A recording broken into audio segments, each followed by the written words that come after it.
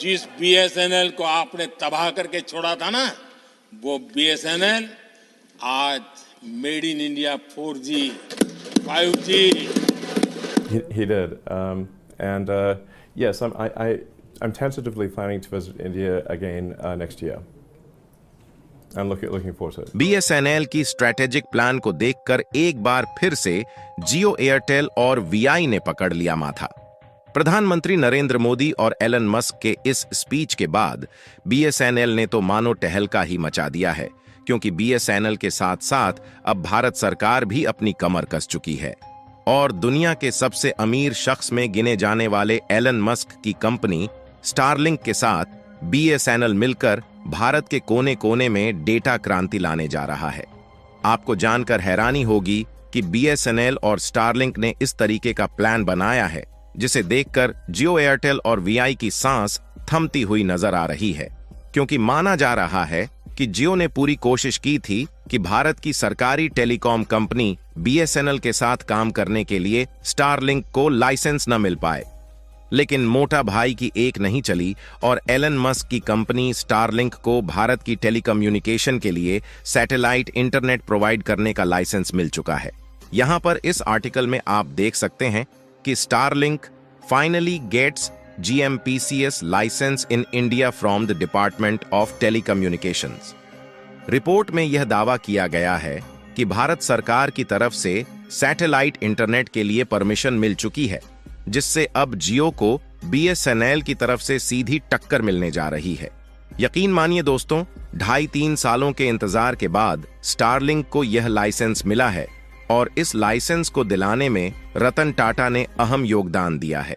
आखिर ऐसी कौन सी वजह थी जिसके कारण 2.5 से 3 साल तक परमिशन नहीं मिल रही थी, और ऐसा क्या हुआ कि अचानक स्टारलिंक को परमिशन दे दी गई है, और इससे बीएसएनएल का कौन सा फायदा होने जा रहा है, इस वीडियो में हम आपको बताने वाले हैं। लेकिन आगे बढ़ने से पहले बीएसएनएल ने जियो, एयरटेल और वोडाफोन आइडिया को सीधे टक्कर देने के लिए मार्केट में अपने कदम को रख दिया है। उसके लिए वीडियो को एक लाइक और सब्सक्राइब करके कमेंट बॉक्स में रतन टाटा और बीएसएनएल को बधाई देना बिल्कुल ना भूले। दरअसल पिछले कुछ दिनों में प्राइवेट सेक्टर की तीनों टेलीकॉम कंपनियां जियो, एयरटेल और वीआई ने अचानक से अपने रिचार्ज प्लान की कीमतों को बढ़ाया है। इससे यह यकीन हो गया है कि ये कंपनियां लोगों को अपना गुलाम समझने लगी हैं, लेकिन इनकी सर्विस इतनी भी एडवांस नहीं है कि उनके सिवाय लोगों के पास कोई दूसरा ऑप्शन नहीं है। अगर बीएसएनएल, टाटा और स्टारलिंक तीनों साथ में मिलकर काम करते हैं तो इनकी सर्विस इतनी ज्यादा एडवांस होने वाली है जिसके बारे में जियो, एयरटेल और वीआई सोच भी नहीं सकते। क्योंकि यदि बीएसएनएल, स्टारलिंक और टाटा यह तीनों कंपनियां आपस में मिलकर काम करती हैं तो इन्हें भारत के किसी भी कोने में इंटरनेट पहुंचाने के लिए टावर की जरूरत नहीं पड़ेगी, बल्कि ये लोग सैटेलाइट के द्वारा डायरेक्टली बिना टावर के भारत के कोने कोने तक इंटरनेट पहुंचा सकते हैं, जो कि जियो, एयरटेल और वीआई की कंपैरिजन में बेहद ही सस्ता होगा। और वैसे भी बीएसएनएल के टावर जहां पर लगे हुए हैं और नेटवर्क अच्छे चलते हैं, वहां पर भी बीएसएनएल की सर्विसेज जियो, एयरटेल और वीआई की अपेक्षा लगभग आधे दामों में मिल रही है। वैसे देखा जाए तो मुकेश अंबानी को भी भारत की बीएसएनएल, स्टारलिंक और टाटा की जुगलपंथी के बारे में पता चल चुका है, इसलिए वह भी सैटेलाइट इंटरनेट प्रोवाइड करने में हाथ पांव मार रहे हैं। लेकिन इनके पास स्पेसएक्स जैसी कंपनी नहीं है जिससे यह हजारों और लाखों सैटेलाइट अंतरिक्ष में लॉन्च करके बिना टावर के डायरेक्टली इंटरनेट डाटा लोगों तक पहुंचाने में असफल हो रहे हैं। जबकि बीएसएनएल भारत सरकार द्वारा संचालित होती है और भारत सरकार को एलन मस्क की स्पेसएक्स की सब्सिडियरी कंपनी स्टारलिंक का साथ मिल चुका है, और अब सैटेलाइट इंटरनेट लोगों तक पहुंचाने के लिए बीएसएनएल, टाटा और स्टारलिंक तीनों कंपनियां साथ मिल चुकी हैं, जिससे बीएसएनएल का काम कई गुना आसान हो चुका है। यानी कि देखा जाए तो अब जियो, एयरटेल और वीआई को जल्द ही भारतीय कस्टमर को लूटने का अंजाम भुगतना होगा। यह कंपनियां आज के समय में भारतीय मोबाइल यूजर्स को अपना गुलाम इसलिए समझना शुरू कर चुकी है क्योंकि यह कंपनियां समय के साथ बदल चुकी हैं। लेकिन इसी बीच भारत की सरकारी स्वामित्व वाली कंपनी बीएसएनएल समय के साथ नहीं बदल पाई, जिससे बीएसएनएल को अपने कस्टमर से हाथ धोना पड़ा। फिलहाल बीएसएनएल भले ही उस समय नहीं बदल पाया, लेकिन बीएसएनएल ने अपनी पुरानी गलतियों से सीख लेकर अब बदलना शुरू कर दिया है और बीएसएनएल वही पहले वाली सोच लेकर आगे बढ़ रहा है कि लोगों तक सस्ता और हाई स्पीड इंटरनेट पहुंचाया जाए।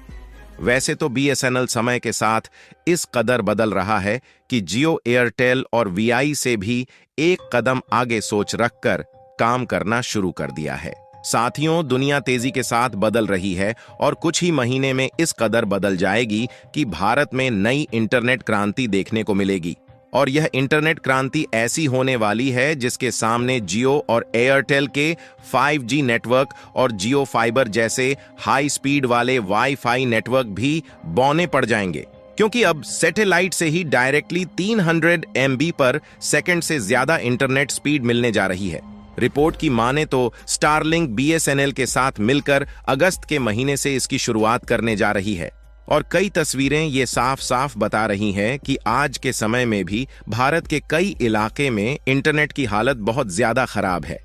आज के समय में इंटरनेट से पढ़ाई करने वाले बच्चों के लिए कनेक्टिविटी से जुड़ी समस्याएं इसलिए बढ़ चुकी हैं क्योंकि जियो, एयरटेल और वोडाफोन आइडिया ने अपने रिचार्ज के प्लान को तो महंगा कर ही दिया है, लेकिन समय के साथ साथ व्यवस्थाएं नहीं बदली और जिन लोगों को अच्छा इंटरनेट मिल रहा है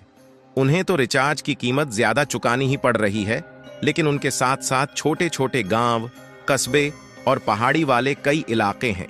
जहां पर इंटरनेट की कनेक्टिविटी अच्छी नहीं है। उनको भी इंटरनेट का लाभ उठाने के लिए मजबूरन उतनी ही कीमत चुकानी पड़ रही है। फिलहाल अब एलॉन मस्क की स्टारलिंक की भारत में एंट्री के बाद महंगे रिचार्ज और स्लो स्पीड से जुड़ी लोगों की दिक्कतें खत्म होने जा रही हैं। जब कोई आम इंसान दिन भर का काम खत्म करने के बाद शाम को ऊपर देखता है तो उसे आसमान नजर आता है, लेकिन वही एलॉन मस्क जैसे इंसान जब आसमान की ओर देखते हैं तो उन्हें आसमान के बाद सारा जहान नजर आता है। और एलन मस्क की स्टारलिंक कंपनी द्वारा सैटेलाइट इंटरनेट को भारत के कोने कोने तक पहुंचाना बेहद ही आसान हो चुका है और यह कंपनी ऑलरेडी टेस्टिंग के तौर पर कई देशों के साथ मिलकर इसी तरीके की सैटेलाइट इंटरनेट प्रोवाइड कर रही है। और स्टारलिंक ने ऐसी जगह पर सैटेलाइट इंटरनेट पहुंचाकर टेस्ट कर लिया है जहां पर जियो फाइबर और 5G नेटवर्क फेल हो जाते हैं। आपको बता दें कि एलन मस्क द्वारा संचालित स्टारलिंक को भारत में लाने की यह पहली कोशिश नहीं है, बल्कि साल 2021 से ही भारत में सैटेलाइट इंटरनेट प्रोवाइड करने के लिए इसे लाने की कोशिश की जा रही है। हालांकि कुछ सिक्योरिटी और डेटा गोपनीयता को लेकर एलॉन मस्क सहमत नहीं थे, लेकिन अब एलॉन मस्क भारत की नीति पर सहमत हो गए हैं, इसलिए इनको भारत की तरफ से लाइसेंस दे दिया गया है। अगर ध्यान दिया जाए तो भारत के कई ऐसे सुदूर और पहाड़ी इलाके हैं जहां पर इंटरनेट पहुंचाना काफी ज्यादा मुश्किल हो रहा है, क्योंकि टावर और ब्रॉडबैंड सर्विस पहुंचाने के लिए तारों का जाल बिछाना काफी ज्यादा एक्सपेंसिव है। लेकिन स्टारलिंक जिस तर्ज पर काम करता है, इसी पर भारत की स्पेस एजेंसी इसरो भी पिछले कुछ सालों से काम कर रही है और इस बात की उम्मीद है कि भारत की स्वदेशी कंपनी को भी जल्द ही सफलता मिलेगी, क्योंकि भारत सैटेलाइट इंटरनेट की उपयोगिता जानता है, इसीलिए इसमें तेजी के साथ आगे बढ़ रहा है। हालांकि अभी एलॉन मस्क की एंट्री से भारत की प्राइवेट टेलीकॉम कंपनियां नाराज दिख रही हैं, क्योंकि इन्हें अब मालूम हो चुका है कि अब इन्हें अपने प्लान को सस्ता करना पड़ेगा या फिर सैटेलाइट इंटरनेट की जितनी स्पीड देनी होगी। फिलहाल भारत की बीएसएनएल को एलॉन मस्क और रतन टाटा का साथ मिल रहा है। इसके लिए कमेंट बॉक्स में बधाई देना बिल्कुल ना भूलें और इस वीडियो को एक लाइक करके अपने ज्यादा से ज्यादा मित्रों तक शेयर करें ताकि यह जानकारी सभी लोगों को मिल सके। इसी तरह और भी नॉलेजेबल वीडियो देखने के लिए चैनल को सब्सक्राइब करके बेल आइकन को ऑल पर जरूर सेलेक्ट करें। जय श्री राम।